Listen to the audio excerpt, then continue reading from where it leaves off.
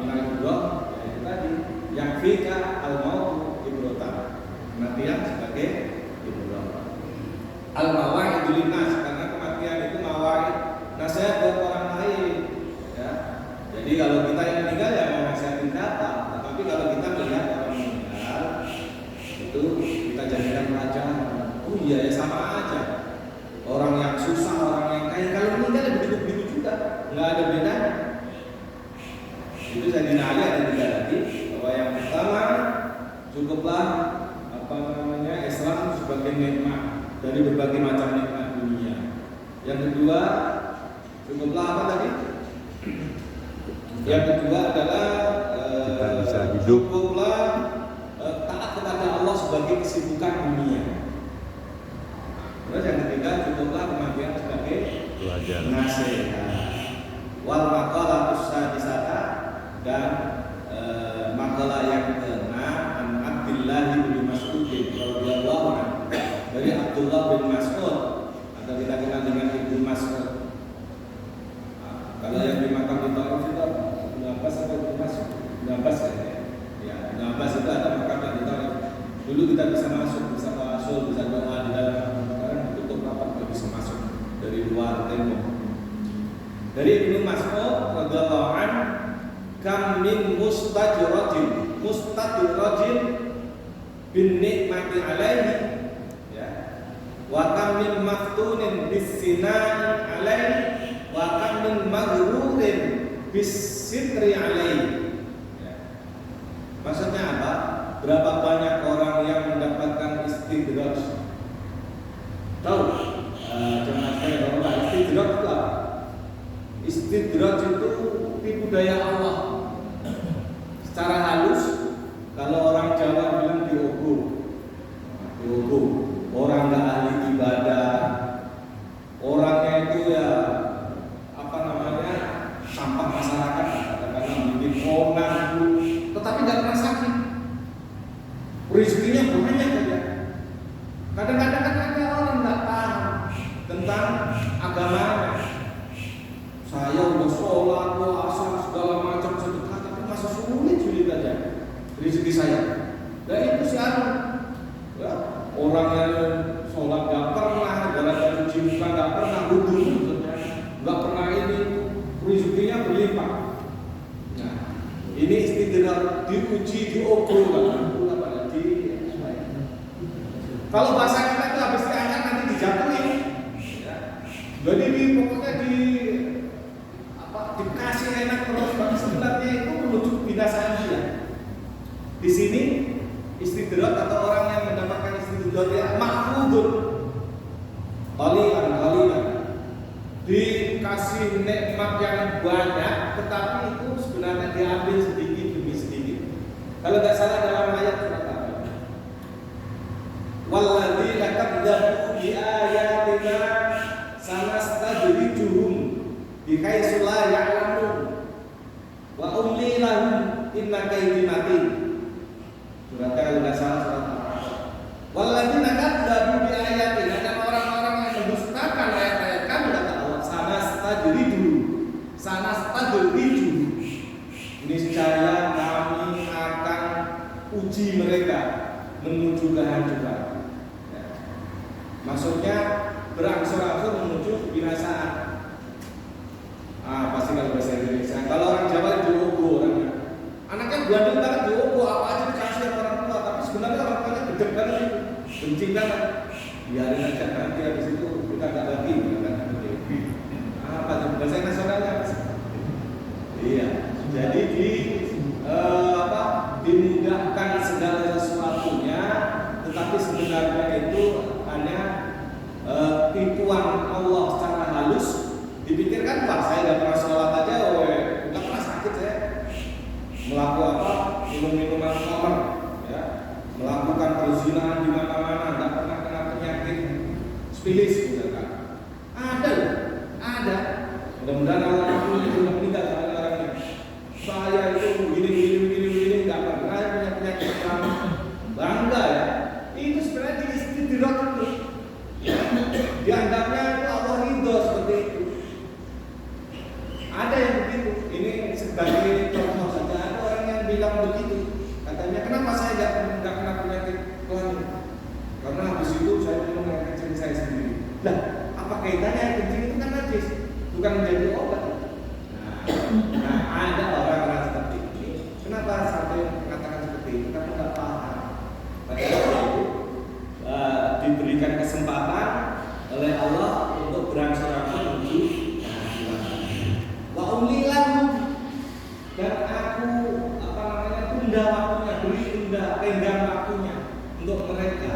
Jadi orang ahli maksiat, orang durhaka, orang kafir, orang yang mendustakan ayat Allah nggak mau beriman itu, coba lihat ya. Kalau dunia si jumul mukmin wajan natul kafir. Dunia ini adalah penjara buat orang mukmin. Disebut penjara karena kan dibatasi. Orang di penjara kan dibatasi. Keluarnya juga nggak bisa sembarangan. Mungkin kalau lagi baris saja, mungkin lagi absen atau lagi makan, mungkin. Selebihnya terbatas. Dengan adanya Islam, kita sebagai orang mukmin, ya, yang beriman kepada Allah dan Rasul itu syariat, mana yang halal, mana yang haram. Tapi wajannatul kafir. Tapi surga bagi orang-orang kafir. Karena semua nggak ada larangan, boleh melakukan apapun. Dan karena surganya orang kafir itu di dunia dan tidak ada surganya, makanya jangan heran kalau orang-orang kafir itu berlimpah harta, jabatan dan lain sebagainya. Jangan kita mengukur rezeki itu dilihat dari kita ini ahli ibadah pada Allah dan Rasulnya atau tidak, karena kita ini sudah ditakar oleh Allah, dikorek dengan perkiraan kita, ya. Kalau Allah sudah prediksi kita ini nggak boleh memiliki harta lebih dari 10 juta atau 100 juta, ya nggak mungkin Allah kasih lebih. Itu karena ada ayatnya dari Allah juga apa namanya? Wa asa an tuhibbu syai'a. Antum keliru dulu ya. Wa asa an tuhibbu syai'a wa huwa khairul lakum. Boleh jadi apa yang kamu nggak suka itu huwa khairul lakum, lebih baik buat kamu. Dan menurut Allah, apa yang saat ini kita hadapi, mungkin kita merasa banyak ujian segala macam, kita merasa gak suka dengan apa yang kita rasakan ini, itu boleh jadi baik buat kita menurut Allah Subhanahu Wa Taala. Wa asa tuhibbu syai'a wa huwa syarrun lakum. Boleh jadi apa yang kita sukai, kayak orang-orang bisa ini bisa itu kita pilih, tapi boleh jadi itu menurut Allah adalah buruk buat kita. Wallahu a'lam wa antum la ta'lamun, dan Allah Maha mengetahui sedangkan kamu tidak mengetahui. Kita tahu. Makanya walladzina kadzabu bi ayatina sanastadrijuhum min haitsu la ya'lamun wa umli lahum inna kaydi matin. Sesungguhnya tipu daya itu sangat kuat.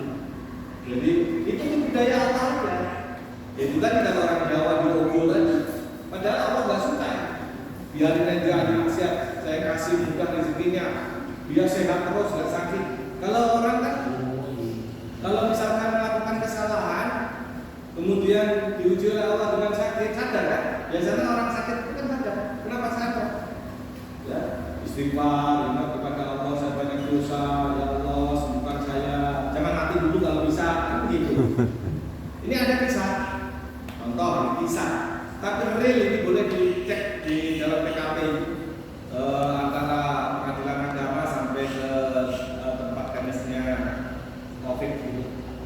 Dulu zaman saya masih awal-awal saya ngajar di sana di Masjid An-Nur di belakang mobil ada orang mabuk. Makanya jangankan naik motor, orang mabuk sholatnya nggak boleh dari motor. Dan namanya mabuk, naik motor jatuh, dibangunin, dan namanya mabuk. Jangan dah, kamu kan goyang-goyang naik lagi 3 kali. Yang pertama kan peringatan dari Allah. Yang nanti mabuk naik motor.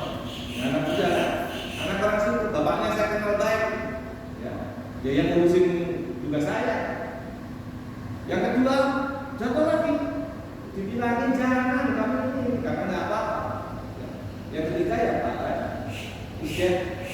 Bahkan setelah dimakamin, ternyata giginya itu tertinggal mancep di pohon warung. Nah sekarang warungnya udah ketemu. Nah hal-hal seperti itu artinya apa? Istidrat itu orang yang melakukan berbagai macam dosa, kemaksiatan, tetapi saja dia merasa ya seakan-akan Allah nggak marah, itu seakan-akan menurut orang tersebut, tapi sesungguhnya itu adalah kehancuran, dia menuju kehancuran. Ya, itu istijrah. Baik, kemudian yang kedua, bahkan maktulin, dan berapa banyak orang yang mendapatkan ujian dari Allah, al-mumtahanin bil bala. Ya. Ini bukan ujian dengan bala berupa musibah, itu bukan. Ternyata bisinai alaihi. Orang yang senantiasa mendapatkan ujian dari orang lain itu juga jangan bangga, karena ujian itu adalah ujian dari Allah Subhanahu wa taala. Ayat bikasrati sinai nas, orang yang mendapatkan ujian dari banyak orang itu kalau tidak hati-hati nanti kan bangga. Wah, semua orang hormat sama saya, takdim sama saya. Kemudian timbulnya apa? Takabur, merasa dipuji. Zaman salafus saleh para sahabat apalagi Rasulullah kan tidak suka. Ya. Memang ujian adalah hak orang lain teruntuk kita, tetapi kita jangan bangga dengan ujian. Jangankan ujian kita dapat jabatan apa gitu aja, alhamdulillah. Kalau para sahabat dulu kan innalillahi, ya, merasa jabatan itu bukan suatu ini, karena itu adalah bentuk ujian dari Allah Subhanahu wa taala untuk mengemban amanah. Kemudian yang ketiga, wa kam min maghrurin, berapa banyak orang yang tertipu, ayat mutmainnu qalbahu fid dunya wa ghafilun 'anil akhirah. Hatinya itu selalu cinta dunia tetapi lupa akan akhirat. Maghrur dari kata gharar, orang yang tertipu dunia. Ya. Kalau dalam firman Allah ada wa butaghi fi ma ataqallahu daral akhir. Ya. Yang pertama itu dari akhirat dulu. Wala tansa nasibaka minad dunya wa aksin kama ahsanallahu ilaik. Innallaha yuhibbul muhsinin wa wabtaghi fi ma ataqallahu dan carilah berupa kebahagiaan akhirat dengan apa yang telah dianugerahkan oleh Allah Subhanahu wa taala. Kesehatan kita gunakan untuk taat kepada Allah. Rezeki kita pergunakan, kita tasyaratkan sesuai dengan koridor syariat agama. Ya, hal-hal yang dibolehkan, kita jauhi hal-hal yang dilarang. Kita memahami mana hak Allah, mana hak makhluk. Artinya ada 2,5% dari apa yang kita miliki itu adalah milik makhluk Allah yang lain. Kita harus mengeluarkan zakatnya, infaknya, sedekahnya. Itu maksudnya kita mencari kebahagiaan akhirat dengan apa yang telah dianugerahkan oleh Allah. Kalau kesehatan gunakan sebaik mungkin. Kalau harta begitu juga jabatan, kita harus amanah dengan jabatan. Jangan kita salah gunakan. Ya, kita sebelum mendapatkan jabatan baiknya luar biasa sama masyarakat, tetapi udah dapat jabatan kebaikannya hilang. Kalau perlu malah ditindas masyarakatnya. Ini alhamdulillah, cuma alhamdulillah. Kalau yang seperti itu yang terjadi apa? Maghrur dia, tertipu dia dengan dunia. Hatinya itu udah terpatri, ya, udah terikat dengan dunia dan lupa akhirat. Namun demikian kata Allah, wala tansa nasibaka minad dunya, dan jangan kamu lupa bagianmu berupa kenikmatan dunia. Nomor satu, prioritas hidup kita ini urusan akhirat. Nomor satu, sesuai perintah Allah. Ya, makanya kan dalam surat Al-Rahman Al-Mulk, wallazi khalaqal mauta wal hayata liyabluwakum ayyukum ahsanu amala. Dialah Allah yang telah menjadikan kematian wal hayat dan kehidupan. Artinya prioritas kita itu mikirin bekal untuk kematian kita setelah kematian kita, bukan kita mikirin bekal untuk hidup kita. Karena hidup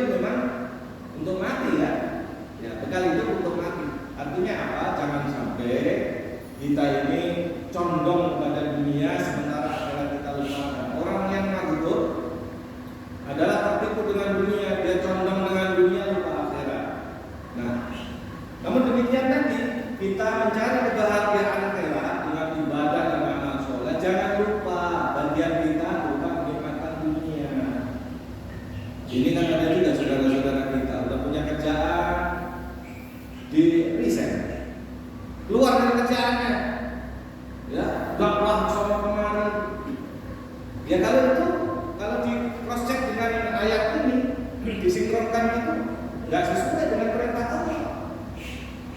Kenapa? Ya karena dakwah wajib, ibadah wajib, memenuhi kebutuhan keluarga juga wajib. Ya, jangan ada yang dikalahkan. Memprioritaskan yang wajib atas yang sunnah itu harus. Tapi jangan mendahulukan yang wajib mengalahkan yang wajib juga, jangan, harus keluarkan. Dan supaya berbarengan gimana? Ibadah jalan, dari rezeki juga jalan. Banyak kan yang keluar dari kerjaan yang udah gajinya jelas hanya untuk beribadah supaya mau dulu jam 11 sudah selesai, konten sudah selesai. Ya bagus. Tetapi kita mikirin anak kita ini punya bekal banyak kan? Punya warisan banyak kan dari orang tua kita. Kalau kita depositonya banyak, simpanannya banyak, ya nggak apa-apa, nggak usah kerja. Ya, misalkan kita kontrakan kos-kosan banyak, sebulannya aja ratusan juta misalkan, ya udah nggak usah kerja, duduk manis ibadah, cukup. Karena apa?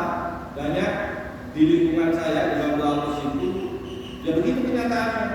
Akhirnya rumah dijual, rumah masih ada banyak dibelah-belah, jual. Orang Betawi, maaf, orang Betawi punya rumah dijual habis terus ngontrak, lucu kan? Pendatang kontrak biasa, ya. Karena apa? Karena ngikutin paham yang mengutamakan akhirat tapi dunianya dihilangin, ya. Jangan salah. Ini tidak benar dalam memahami syariat. Agama akhirat juga diutamakan, dunia juga harus dicari. Wala taksana sibaka minan dunya wa aksin kama ahsanallahu ilaik. Berbuat baiklah kamu sebagaimana Allah telah berbuat baik kepada kamu. Dunia kita katakanlah kita ahli ibadah punya ilmu, ajarkan kepada yang lain. Ini berbuat baik. Kita punya dunia tercukupi, punya kelebihan, berbuat baik pada orang lain. Karena Allah telah berbuat baik dengan kita dengan ilmu yang kita miliki ahli ibadah. Terus Allah juga mudahkan rezeki kita, jabatan kita, dan kita berbuat baik kepada orang lain. Itu. Baik, saya lanjutkan. Jangan sampai kita kata Abdullah bin Mas'ud, berapa banyak orang yang diuji oleh Allah dengan istidraj tadi, ya. Berapa diberikan kenikmatan yang berlimpah, tetapi sebenarnya itu tipu daya Allah yang halus supaya kita hancur. Ketika kita malas-malasan ibadah, rezeki malah lancar. Ketika rajin ibadah malah seret. Kemudian kita berpikir, wah mendingan nggak usah ibadah kalau begini, kalau lancar. Nah, itu istidraj, ya namanya. Yang kedua, berapa banyak orang yang diuji oleh Allah dengan mendapatkan pujian dari banyak orang. Kadang-kadang waktu malah putus. Artinya Allah memuji sesuatu yang baru, maksudnya hambanya. Orang yang baik dipuji sama Allah Subhanahu wa taala dalam ayat yang banyak. Terus kudus salat qadim, seorang hamba juga puji kepada Allah Subhanahu wa taala. Ya. Ada juga pujian seorang hamba kepada hamba. Ya. Kita memuji orang lain karena kebaikannya, karena murah hatinya, karena ilmunya, karena ahli ibadahnya, dan lain-lain. Tidak boleh. Begitu juga Allah memuji pada dirinya sendiri. Misalkan apa? Pujian Allah pada diri sendiri. Innani anallah. Ya. Qul innani anallah la ilaha illa ana fa'budni wa aqimis sholata li dzikri. Ketika Allah berfirman kepada Musa, Qul innani anallah. Sungguhnya apa adalah Allah? La ilaha illa ana. Tidak ada Tuhan. Ya maksudnya Allah memuji diri sendiri. Ya. Tidak ada Tuhan wajib juga kecuali aku. Fa'budni, maka menyembahlah kalian kepadaku. Wa aqimis sholata li dzikri, dan dirikanlah salat untuk mengingatku. Nah, itu diantaranya. Jadi jangan bangga dengan pujian. Yang ketiga, orang yang tertipu tadi. Orang yang tertipu hatinya tertanam dengan kenikmatan dunia tapi lupa akhirat. Jangan kalau hadisnya mungkin masih ingat, nanti kalau salah tolong diingatkan. Laisa bi khairikum man nasiya dunyahu li akhiratihi wa la akhiratahu li dunyahu hatta yusiba min majami'a. Enggak salah gitu ya. Nah, Tidak baik di antara kalian yang melupakan dunia karena mengejar akhirat. Tidak termasuk baik di antara kalian yang lupa akhirat mengejar dunia. Ya, mengutamakan akhirat, lupain dunia tidak baik. Ya, lupain akhirat, ngejar dunia. Gimana tadi? Lupain akhirat, ngejar dunia tidak baik. Lupain dunia, ngejar akhirat juga tidak baik. Kata Yusin Gabin Bunga Jami'ah sehingga didapatkan dunia akhirat itu baru. Itu baru orang baik. Makanya jangan sampai kita udah punya pekerjaan tetap karena ingin kayak orang-orang ibadah terus, ya. Ya kalau kaum sufi misalkan memang orang-orang dulu itu kan nggak ada pekerjaan, mungkin ya aktivitasnya mungkin nanam dan lain sebagainya, mengendara dan sebagainya. Jangan modern seperti ini, apalagi tadi di kota-kota besar seperti Jakarta kan mau menanam apa yang tanam, mungkin banyak yang bisa tanam tapi tanahnya nggak ada. Ya, mau melihara kambing, mau melihara apa nggak ada lokasinya. Makanya ketika punya kerjaan, ya tekunin aja sambil jangan lupa ibadah. Nah, kalau itu yang dilakukan maka kita termasuk bukan orang yang makruh, bukan orang yang tertipu. Belum bisa kan? Selanjutnya wal maqalah as-sabi'ah. Maqalah yang ke-7 Anid Daud. Ya, Anid Daud bin Nabi alaihi salatu wassalam. Ya. Ini dari Nabi Daud alaihi salam. Ya. Qala uqiya fi Zabur. Aku diberikan wahyu di dalam kitab Zabur. Kitab Nabi Daud kan Zabur namanya. Wa huwa kitabun anzala alaihi. Zabur adalah kitab yang diturunkan kepadanya, kepada Nabi Daud. Hakun alal akil, wajib hak atau hak itu kewajiban bagi orang yang berakal. Ay wajibun alaih, wajib bagi orang yang berakal. Kita kan semua orang berakal, semua orang berakal. Tapi nggak semua orang akalnya sehat. Maksudnya orang yang berakal sehat. Kalau ada orang tetapi ada gangguan jiwa, akalnya terganggu, nggak kena kewajiban. Yang kena kewajiban adalah yang akil balik, ya kan? Jadi wajib bagi orang yang berakal itu pertama, Allah yastaghala illa bisalasin. Ya, wajib bagi seorang yang berakal hendaklah tidak menyibukkan diri kecuali pada 3 hal. Ya, kita orang yang berakal itu boleh menyibukkan diri tetapi 3 hal yang maksudnya yang diprioritaskan dalam kesibukan kita. Jangan sampai kita sibuk dengan selain 3 hal ini. Ya. Allah yastaghala, janganlah dia menyibukkan dirinya ila bisalasin kecuali dengan 3 salasin ayat minal bisali, ya, dari 3 tingkat. Tazawwadu lima'adin. Pertama, mempersiapkan bekal untuk hari kembalinya. Ya. Maksudnya dari pembalasan. Nanti kalau kita sudah meninggal dunia itu harus kita persiapkan. Kalau dalam Al-Quran kata zawadu wa inna khairaz zadi taqwa wa taquni ya ulil albab. Berbekallah kalian semua dan sebaik-baik bekal itu adalah takwa. Wa inna khairaz zadi taqwa wa taquni ya ulil albab. Dan tetaplah kamu kepadaku.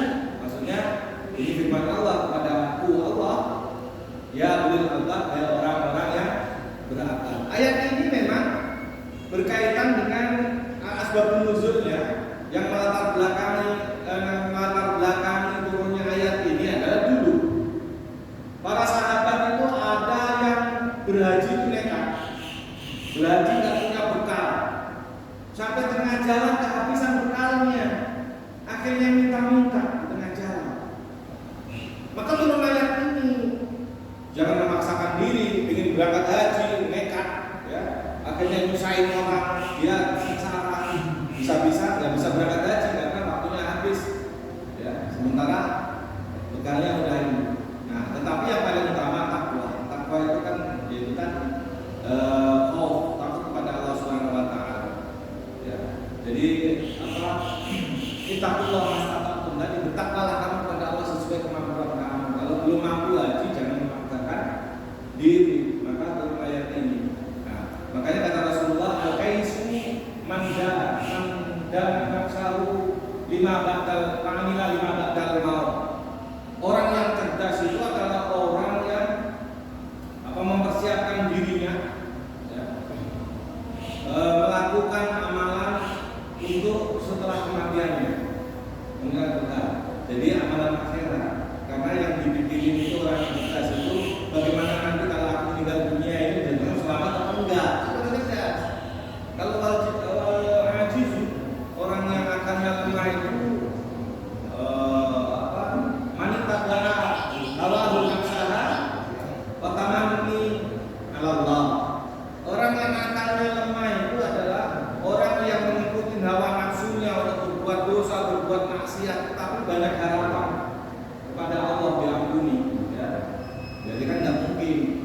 semua itu ada sebab akibat. Kalau kita beramal soleh akan mendapatkan kebaikan, kalau amal buruk juga akan mendapatkan keburukan. Makanya saya singkat bahwa dalam kitab Zabur kata Nabi Daud dijelaskan misalnya dalam seseorang itu, orang yang berakal itu tidak menyibukkan dirinya kecuali dalam 3 hal. Yang pertama, mempersiapkan bekal untuk hari pembalasan, wa mu'natul ma'ash, memperbaiki kehidupan, ya.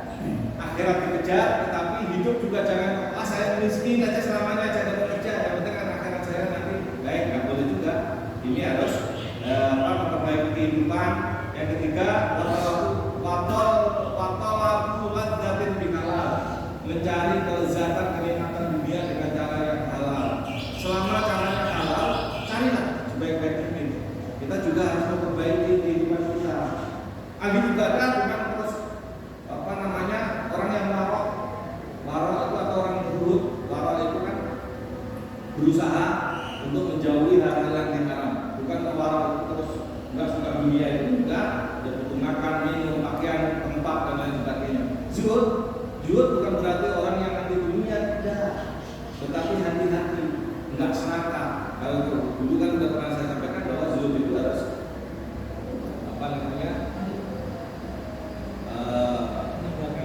meninggalkan dunia itu terus enggak mau dunia sama sekali, enggak juga. Ya, jadi selama kita mencari kenikmatan dunia, tetapi dengan cara yang halal itu dibolehkan. Jadi apa sikapnya? Kita sebagai orang belakang sibukkan diri satu dengan mencari bekal untuk akhirat. Yang kedua, memperbaiki kehidupan kita di dunia. Yang ketiga, carilah kenikmatan, kelezatan di dunia ini dengan cara yang halal. Artinya kan dunia akhirat dicari. Ya. Ini mungkin yang dapat saya sampaikan untuk pertemuan malam hari ini. Mungkin masih 2 kali lagi, nanti boleh pertemuan berikutnya dengan risalah fi ahkami shaum, ya, catatan-catatan untuk hukum-hukum puasa nanti saya sampaikan untuk bekal kita menuju bulan Ramadan. Kebenaran hanya datangnya dari Allah dan Rasulnya dan bermanfaat buat kita semua, khususnya saya pribadi, buat keluarga, dan kesalahan tentunya dari saya pribadi mohon dimaafkan karena keterbatasan wawasan, cara penyampaian dan ilmu yang saya miliki. Itu sebagaimana biasa kita untuk dengan baca surat Al-Asr 3 kali dan kita tutup dengan kafaratul majelis. Bismillahirrahmanirrahim. Wal 'asri innal insana lafi khusrin illa allazina amanu wa 'amilus solihati wa tawashaw bil haqqi wa tawashaw bis sabr. Bismillahirrahmanirrahim. Wal 'asri innal insana lafi khusrin illa allazina amanu wa 'amilus solihati wa tawashaw bil haqqi wa tawashaw bis sabr. Bismillahirrahmanirrahim. Wal 'asri innal insana lafi khusrin illa allazina amanu wa 'amilus solihati wa tawashaw bil haqqi wa tawashaw bis sabr. Subhanaka Allahumma wa bihamdika asyhadu an la ilaha illa anta astaghfiruka wa atubu ilaik. Hadanallahu wa iyyakum ajma'in. Wallahu al-muwaffiq ila aqwamit thoriq wal 'afwu minkum. Wassalamualaikum warahmatullahi wabarakatuh. Ada yang bertanya sebentar? Ada? Ya, boleh Silakan. Itu bab ketiga ya, bab ketiga dan makalah yang kelima. Bismillahirrahmanirrahim.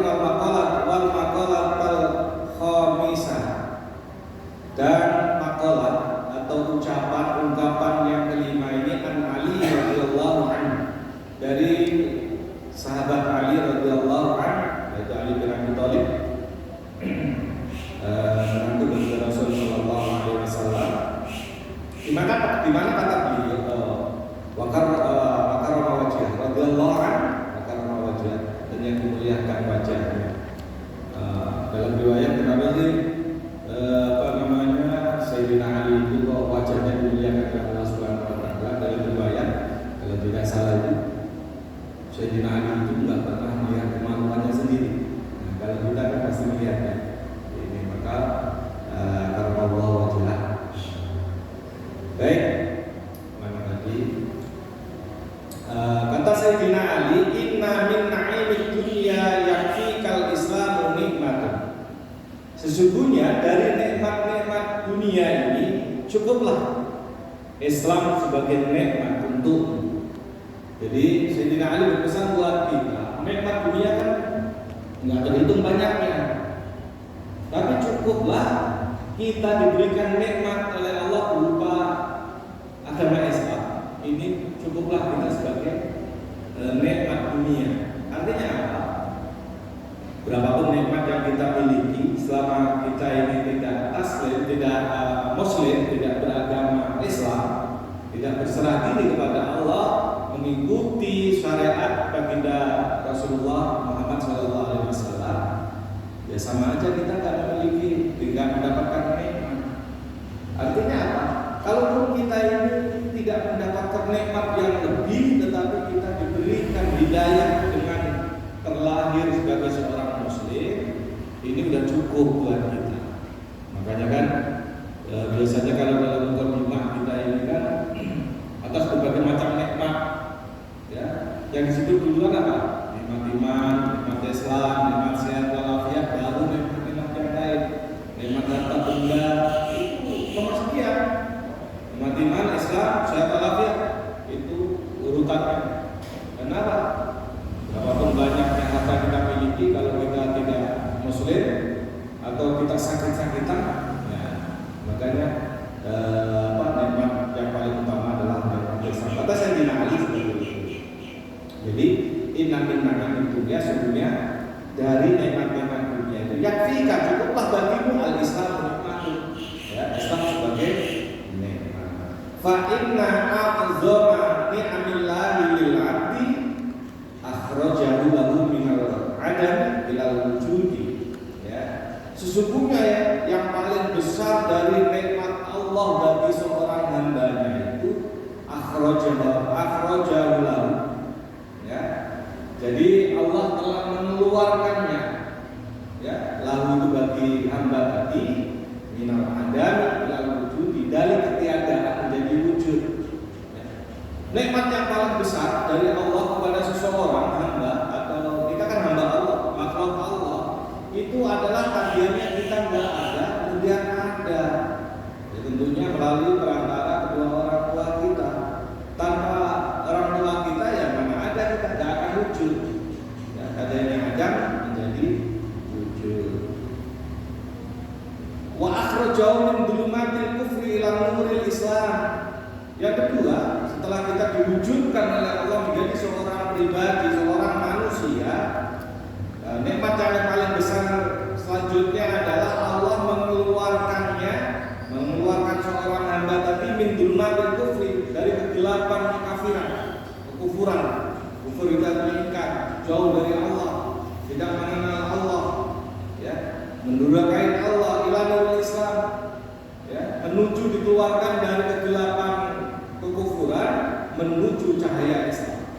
Ya, ketika mendapatkan atau kita terlahir kemudian dari orang tua yang muslim, atau mungkin kita terlahir dari dua orang tua yang tidak muslim, tetapi kemudian dapat petunjuk Islam, ini adalah nikmat yang agung dari Allah Subhanahu wa taala. Kata Sayyidina, wa inna minasyukri yakfika ta'atu sulan. Tadi kan al-Islam nikmatan, ya. Ini apa namanya? Tamyiz. Apa wa inna minasyukri, dan sesungguhnya dari kesibukan-kesibukan di dunia ini yakfika at-ta'atu sulan. Cukuplah, ya, kita taat kepada Allah ini sebagai kesibukan. Kita di dunia ini kan, atau hidup ini kan begitu banyak kesibukan. Tapi kita harus cukupkan kesibukan kita itu dengan taat kepada Allah Subhanahu wa taala. Artinya apa? Prioritas utama taat. Kita kesibukannya banyak, kita punya jabatan, punya harta yang berlimpah sehingga kita sibuk mengurusin. Kita ngurusin anak-anak kita yang menjadi orang yang sukses pun. Tapi kalau kita nggak taat kepada Allah, ya sia-sia, percuma. Karena itu hanya akan menjadi kebanggaan kita selama hidup di dunia. Di akhiratnya nggak ada kebanggaan sama sekali, nggak bermanfaat. Itu maksudnya, kalaupun kita nggak punya kesibukan lebih, tapi kita ini sibuk dengan taat kepada Allah itu sudah cukup. Kalau tadi kita nggak banyak mendapatkan nikmat dari Allah, tetapi kita memiliki Islam sebagai agama kita, itu sudah cukup sebagai nikmat dari Allah Subhanahu wa taala. Apalagi kan gitu. Apalagi kita seorang muslim, ya. Kita dianugerahi rezeki yang banyak, dikasih jabatan juga, ya kan luar biasa. Nah, kesibukannya. Itu yang kedua. Wa ta'atullah ta'ala adamul asghal. Karena taat kepada Allah Ta'ala itu adalah sebesar-besarnya kesibukan. Yang artinya sesibuk apapun selama dia tidak taat kepada Allah itu belum sibuk. Karena kesibukan yang paling besar adalah taat kepada Allah Subhanahu wa taala. Yang ketiga, pesan Sayyidina Ali, wa inna minal ibrah, dan sesungguhnya daripada pelajaran ayil iddah itu nasihat. Dari berbagai macam pelajaran atau nasihat itu yakfi kalau mau tu ibrotan. Cukuplah kematian sebagai nasihat, ya nasihat. Karena ketika kita melihat orang yang meninggal dunia, ya kan? Kalau bahasa kita, orang meninggal itu tuntunan, bukan tontonan. Tuntunan itu kan nasihat yang harus kita ikuti, ya. Segala apapun, sesombong apapun, sekaya apapun, setinggi apapun jabatannya, kalau sudah pahit, dibanggakan. Coba deh, yang tadi hanya menindas kita waktu kita masih hidup, ya, suka mencaci maki kita, kalau udah meninggal dunia, apa yang bisa mereka lakukan? Artinya apa? Ya jangan sampai kita itu membanggakan dengan karunia dari Allah, berbagai macam nikmat yang dititipkan, bukan milik kita kan? Kesehatan bukan milik kita, jabatan bukan milik kita, harta bukan milik kita, itu titipan dari Allah. Kalau kita nggak amanah, ya jangan salahin. Kalau Allah ambil, kemudian dialihkan ke orang lain. Banyak sekali kan orang yang kaya raya, yang tabiatnya luar biasa, disegani, dihormati. Tetapi kalau sudah meninggal dunia, apa yang bisa dilakukan? Makanya kematian itu adalah harus kita jadikan pelajaran. Cukuplah kematian sebagai nasihat. Karena kan dalam hadis Nabi itu apa? Kafabil mauti mau'idhah atau kafabil mauti wa'idun. Cukuplah kematian sebagai nasihat. Jadi kalau kita misalkan mau sombong kan kalau kita masih hidup, kalau sudah kita meninggal dunia, tetangga juga, ya. Kadang-kadang yang kita tadinya ngomelin tiap hari, bawahan kita begitu kan, atau karyawan kita, tapi kalau kita meninggal dunia siapa yang ngurusin kita? Mereka, ya. Makanya kalau ingat kalau kita mati ya kita nggak bisa punya daya apa ya, kalau jangan sombong. Jadi kita ini kan dalam menjalani kehidupan di dunia ini kan digambarkan seperti roda yang berputar, kadang di atas, kadang di samping, kadang di bawah. Ya artinya kalau optimis itu seperti apa sih? Optimis itu keyakinan bahwa kalau kita sakit itu nggak bakal seumur sakit, ya kan?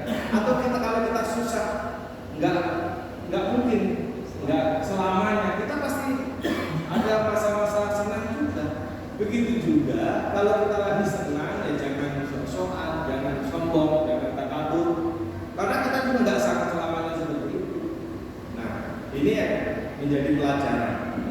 Paling utama. Walaupun orang kampung asli sini semuanya kita perantau, kita ini KTP-nya KTP akhirat. Orang-orang Jawa bilang bakal balik cari sangu. Persiapan kita untuk mati. Kita diajarin juga bahasa mudik. Orang merantau akan terngiang-ngiang dengan kampung halamannya, berharap cepat kembali, dan kalau mau ke kampung persiapan bawa-bawaan, bawa bekal. Begitu juga yang dimaksud sama kitab tadi. kita akan mudik. Maka sebaiknya perantau-perantau ini ingat sama kampungnya dan ambil kesempatan untuk bawa bekal sebanyak-banyaknya. Kalau kita mudik kan senangnya bawa bekal, Pak. Kalau mudik nggak bawa apa-apa, tanyain sama orang kampung, kamu nggak berhasil, kamu payah. Nah kalau di akhirat berbukti kita, Pak. Mudah-mudahan kita semua yang hadir di sini memanfaatkan sisa waktu kita untuk menyiapkan bekal kembali kepada Allah, kembali kepada kampung yang kekal di akhirat nanti. Mudah-mudahan kita yang hadir di sini kampungnya sama di surga, Pak. Nanti kita ketemu lagi sama bapak-bapak. Nanti saling ngakuin ternyata memang, Pak. Nanti di surga itu Pak Karsi nanya, nih Mas Pur kemana nih? Dicari, oh di pojok sana. Begitu juga nanti Pak Haji Mulyana nyari, Pak Bahar kemana nih? Karena di dunianya sudah guyub kumpul jamaah beribadah kepada Allah. Mudah-mudahan kita dikumpulkan di tempat di kampung yang sama, yaitu jannah. Amin ya rabbal alamin. Assalamualaikum warahmatullahi wabarakatuh.